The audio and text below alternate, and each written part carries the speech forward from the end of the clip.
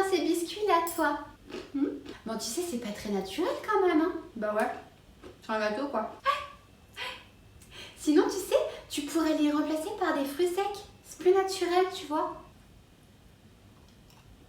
Moi, c'est pareil. Les sodas, bon, j'en bois pas, mais je conseille à mon entourage de les remplacer par de l'eau, tu vois. Tu vas pas me faire toute la liste là quand même. C'est comme la viande. Moi, maintenant, je privilégie les protéines végétales, tu vois. J'évite au maximum les protéines animales. C'est plus sain, c'est plus naturel, tu vois. Après, moi, je dis ça pour toi, hein. C'est important d'avoir une alimentation équilibrée. Ouais, enfin faudrait peut-être revoir ce que c'est que la définition du mot équilibré quoi. Non, rien.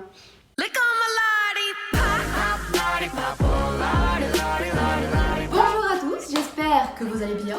Vous l'aurez compris, aujourd'hui on va parler d'alimentation équilibrée. Parce que oui, c'est important de manger équilibré, mais je crois que beaucoup se trompent à propos de la vraie définition de ce qu'est l'équilibre alimentaire. Rien que quand on me dit à moi ou à mes collègues au self que nous les diètes, on ne montre pas le bon exemple parce qu'on a pris du gâteau en dessert ou alors on a pris la tarte plutôt que les légumes, je crois que la notion n'est pas claire. Donc aujourd'hui, 3 mythes sur l'alimentation équilibrée. Déjà, avant toute chose, quand on veut manger équilibré, c'est important de savoir identifier ce qui est sain de ce qui est malsain. Donc tout ce qui est sain, ça va être tout ce qui est fruits, légumes, bien évidemment, le poulet, les yaourts, la viande rouge, les hamburgers, les chips, tout ce qui est nourriture en fait. Et à côté, tout ce qui est malsain, ça va être tout ce qui est plutôt régime, privation, suppression d'un aliment parce qu'il n'est pas sain soi-disant. Voilà. Oui, j'avoue, je force un petit peu la vanne.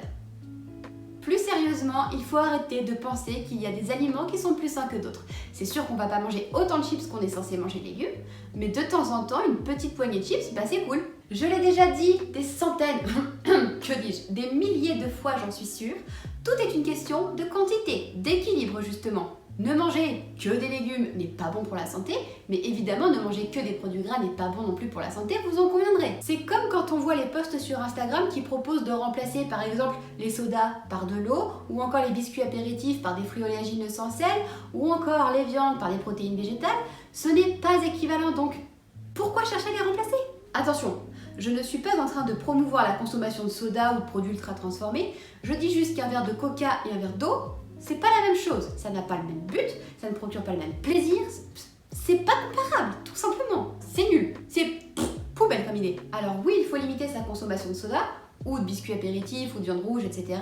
Mais ils peuvent tout à fait s'inscrire dans le cadre d'une alimentation équilibrée justement, en quantité adaptée. Idem avec les produits ultra transformés. Si je sais pas moi, vous êtes un adepte des céréales petit déjeuner, oui c'est très sucré, oui c'est un produit ultra transformé, oui c'est à limiter, mais oui vous pouvez tout à fait en manger dans le cadre d'une alimentation équilibrée si vous mangez de tout à côté. Globalement, on peut se dire que si pendant 80% du temps on suit les recommandations, c'est-à-dire pas trop de produits ultra transformés, pas trop gras, ni trop sucré, ni trop salé, on mange 5 fruits et légumes par jour, bref vous connaissez la chanson, on peut se dire que les 20% du temps restant, on peut manger en lâchant prise, totalement, sans suivre les recommandations. Sur les réseaux sociaux, et comme d'habitude beaucoup sur Instagram, beaucoup parlent de manger 80% du temps équilibré et les 20% du temps restant plaisir, mais j'aime pas trop cette approche parce que déjà d'une, c'est l'association des 80-20% qui fait l'équilibre alimentaire, et puis aussi parce que de toute façon, 100% du temps, l'alimentation doit être un plaisir.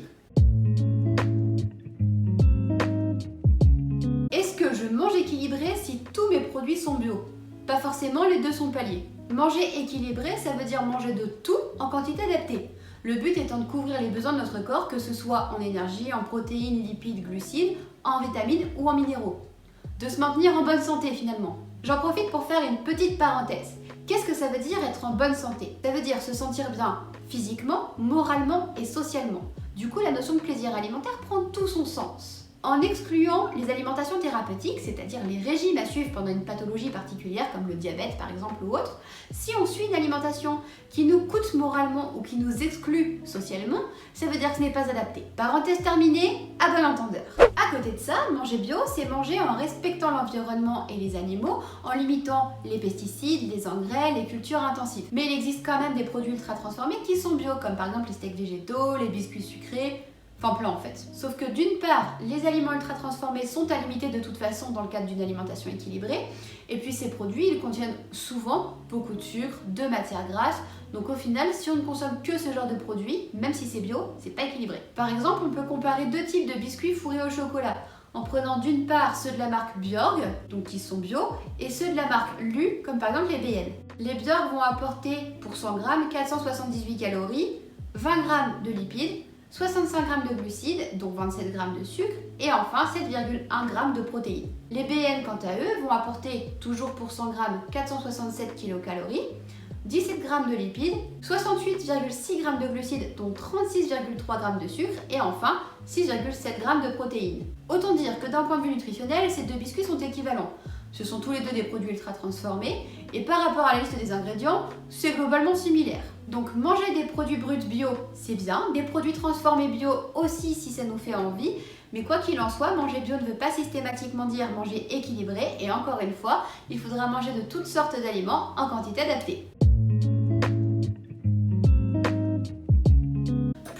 Dans le cadre d'une perte de poids, mais ça arrive aussi chez les gens qui veulent manger équilibré, la question de compenser après un excès revient très souvent. Comme par exemple, j'ai mangé au restaurant le midi, donc le soir je ne mange pas, ou alors juste un bouillon si j'ai faim éventuellement, ou encore j'ai pris un gâteau au goûter, pareil le soir je ne mange pas, ou juste un petit peu de légumes si j'ai faim. Vous commencez à me connaître, hein? Vous vous doutez de ce que je vais vous répondre?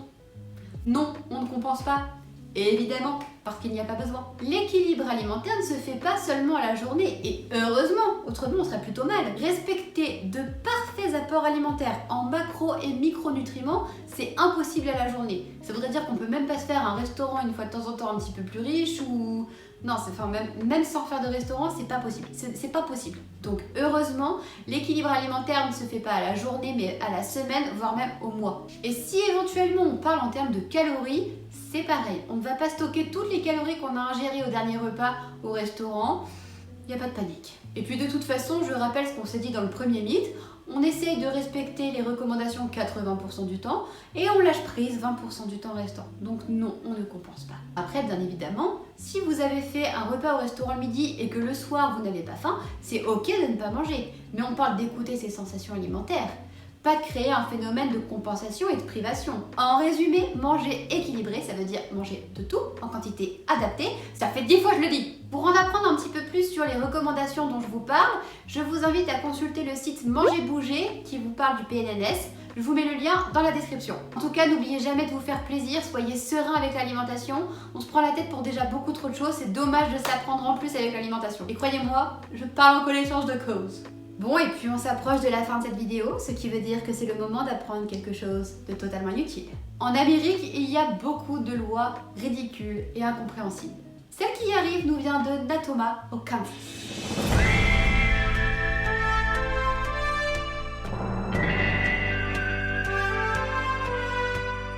Notez que si jamais l'envie vous vient de planter quelqu'un avec un couteau, pour X raison je ne veux pas savoir, ce n'est pas explicitement légal ou illégal, pourvu que la personne que vous visez n'ait pas de t-shirt à rayures. Ah sinon c'est cuit, vous êtes hors la loi.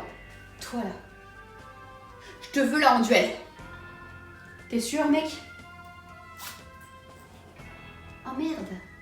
Ah ça c'est con par contre parce que ça m'embête de finir en tôle quoi. Puis en plus j'ai laissé mon flingue sur la table de nuit. Bon écoute on le remet à plus tard hein. Ouais. Bon du coup, est-ce que tu viens faire une partie de poker au salon? Bah écoute, oui j'ai le temps. Bah écoute, on y va? Allez c'est parti. Allez, c'est parti. C'est ridicule. On est d'accord, c'est totalement ridicule. Et voilà les amis, la vidéo touche à sa fin. Une fois de plus, je sais, le temps passe trop vite. Je compte sur vous pour mettre le petit pouce bleu, pour vous abonner en activant la cloche d'attention. Et puis bien sûr, à partager la vidéo ou les autres en attendant la prochaine. Je vous dis à bientôt. Ciao.